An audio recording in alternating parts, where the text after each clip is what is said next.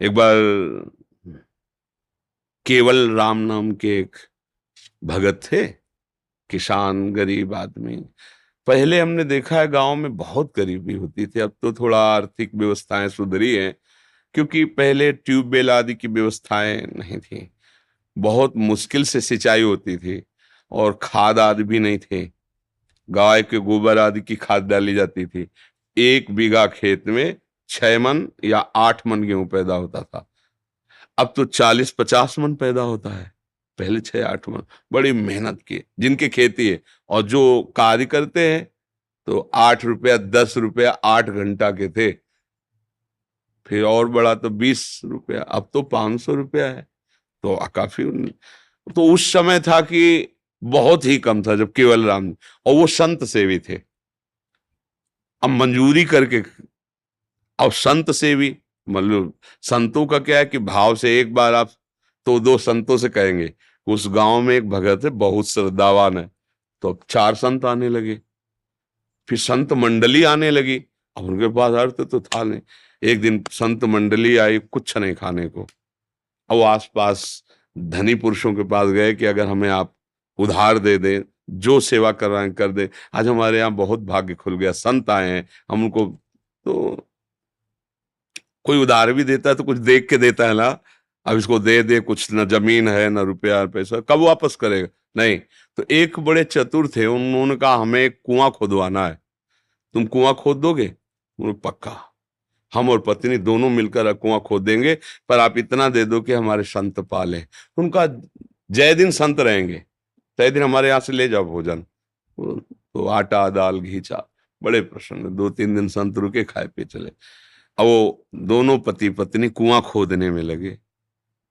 एक फावड़ा मारते राम, वो राम भगत थे, वो तसला उठाते राम, नाम लेते हुए ऐसा 60 हाथ खोदने पर तब कहीं पानी निकलता था।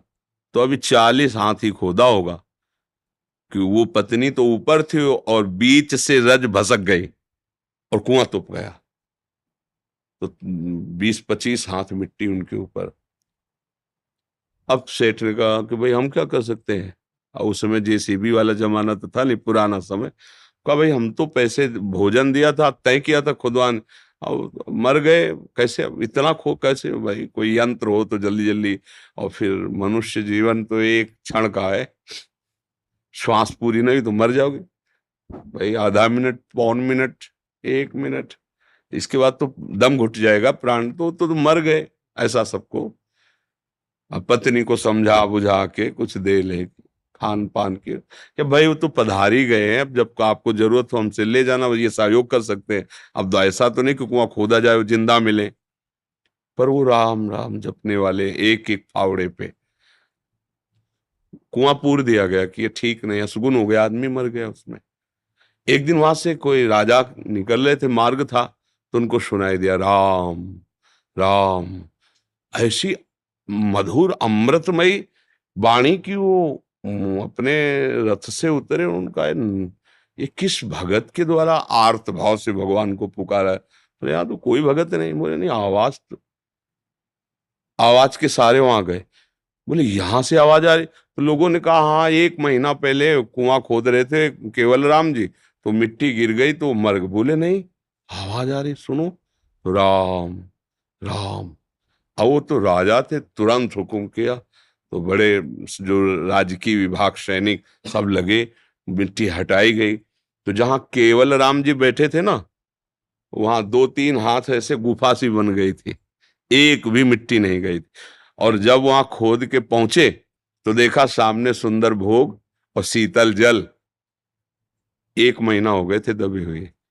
बस ऐसे बैठने के कारण थोड़ा पीठ टेढ़ी हो गई थी। वो कहा पूरे स्वस्थ, भोजन पानी सब वही। कौन दे रहा है? जो अखिल ब्रह्मांडों को दे रहा है। अगर गृहस्थी में हो, अपना कार्य कर रहे हो और नाम जप कर रहे हो, तो महान भक्त हो। भाई ये बातें हमारी केवल कथा सुनने में तो अच्छी लगती, लेकिन समझ में नहीं आती। अगर हम अपनी नौकरी में, अपने व्यापार में, अपनी किसानी में, अपने भगवान के स्मरण को सम्मिलित कर ले, तो हम महाभागवत हैं।